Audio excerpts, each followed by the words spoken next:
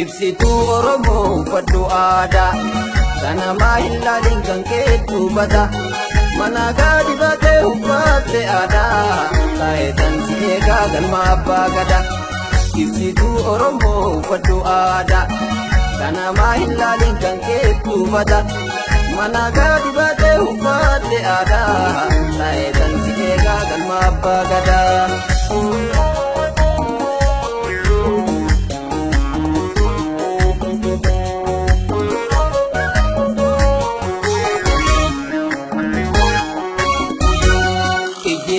Bute bareedni kee addaa ajaa'iba rabbii numa miidhagdaa abboota irraa dhaalte waa'ee uffata aadaa onnee koo qabduutee na fayyitee madaa.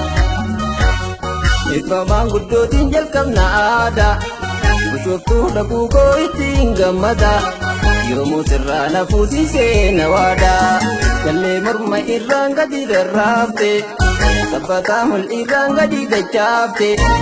Adda keerraa ifaa kan warqii caalu Oromoo tahuu keenyu hin wallaalu akkoontuu magaalee iftuu haadhaadha onnee ganna buutee hunduma jaadha ikkoonaa hayyamii jumaan silaadha obseenan teessisuu garaan jaalala.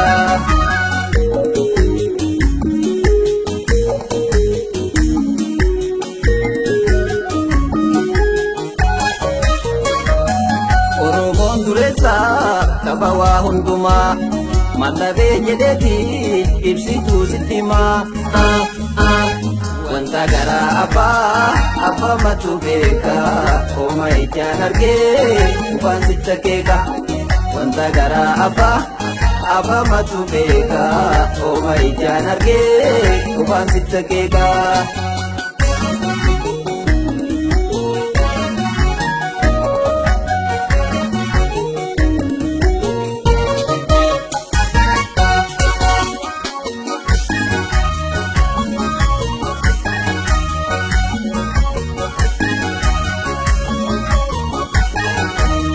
Ibsituu Oromoo uffadhu aadaa kana maahillaliin kan keetu bada mana gadi batee uffatte aadaa taayitan si eegaa galma abbaa gadaa. Ibsituu Oromoo uffadhu aadaa kana maahillaliin kan keetu bada mana gadi batee uffatte aadaa taayitan si eegaa galma abbaa gadaa.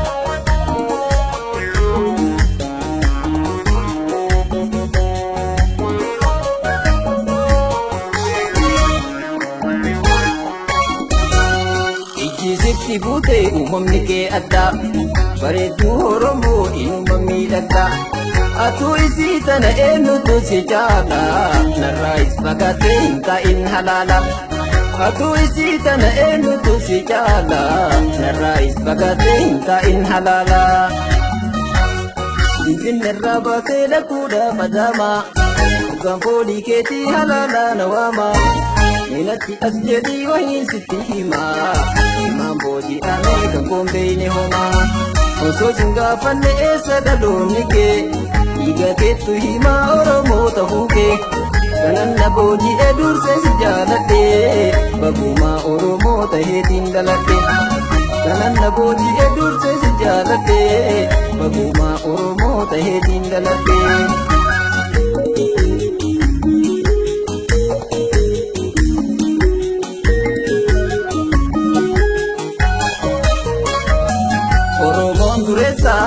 Kaba waa hundumaa mallabee jedheetiin ibsituu sitti himaa wanta garaa abbaa matu beeka hooma ijaan argee ufaan sitta keeka wanta garaa abbaa matu beeka hooma ijaan argee ufaan sitta keeka.